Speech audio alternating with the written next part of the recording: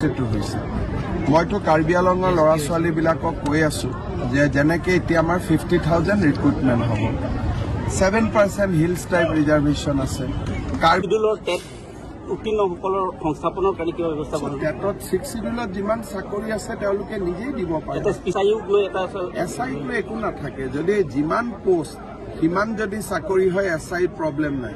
নমস্কাৰ, মই পলাশ, আপোনালোকে চাই আছে পলাশ আছাম। আৰু এটা বহুত বেছি ভাল খবৰ, মাননীয় CM ছাৰে মানে কাৰ্বি আংলং ডিফুত মানে কেম্পিং কৰিব গৈছিলে আৰু কেম্পিঙৰ হাতে জনাইছে যে 50,000 নতুন চাকৰি দিব আৰু যিসকলে মেট্ৰিক পাছ কৰা ল'ৰা ছোৱালী তেওঁলোকৰ বাবে নতুনকৈ মানে ভেকেঞ্চি বঢ়াই দিব। আৰু লগতে এটা কথা কৈছে যে যিসকল পাহাৰীয়া এলেকা মানে হিলছ এৰিয়া ল'ৰা ছোৱালীৰ বাবে তেওঁলোকক আবেদন কৰিব দিছে, তেওঁলোকৰ ভেকেঞ্চি বহুতখিনি খালী হৈ থাকে।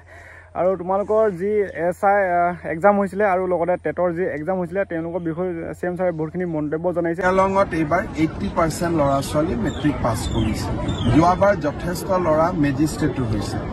মইতো কাৰ্বি আংলঙৰ ল'ৰা ছোৱালীবিলাকক কৈ আছো যে যেনেকৈ এতিয়া আমাৰ 50,000 ৰিক্ৰুটমেণ্ট হ'ব 7% হিলছ টাইপ ৰিজাৰ্ভেশ্যন আছে। কাৰ্বি ল'ৰাসকলে আগতে ষ্টেট গভৰ্ণমেণ্টৰ চাকৰিত এপ্লাই নকৰিছিল। মই তেওঁলোকক কৈ আছো যে সকলোৱে আবেদন কৰিব লাগে, কাৰণ অকল কাৰ্বি আংলঙতে নহয়, গোলাঘাট, নগাঁও চবতে চাকৰি আছে, হিলছ টাইপৰ পোষ্টবিলাক খালী হৈ থাকে। গতিকে সেই সজাগতাটো আমি আনিবৰ কাৰণে চেষ্টা কৰি আছো বা আহি থাকিব।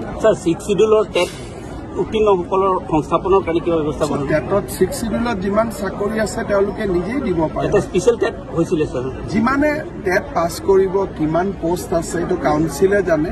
আমাৰ কাউন্সিলে তেওঁলোকৰ ৰিক্ৰুটমেণ্ট দিব পাৰে, আমাৰ তাত কোনো কথা নাই। এছআইক লৈ একো নাথাকে যদি যিমান পোষ্ট সিমান যদি চাকৰি হয় এছআইত প্ৰব্লেম নাই।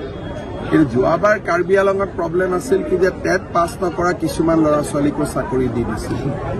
গতিকে যদি বৈধ নিয়মত চাকৰি হয় তেতিয়াহ'লে SIও বা কিবা এইবিলাকতো 2-3 ঘণ্টাৰ কথা।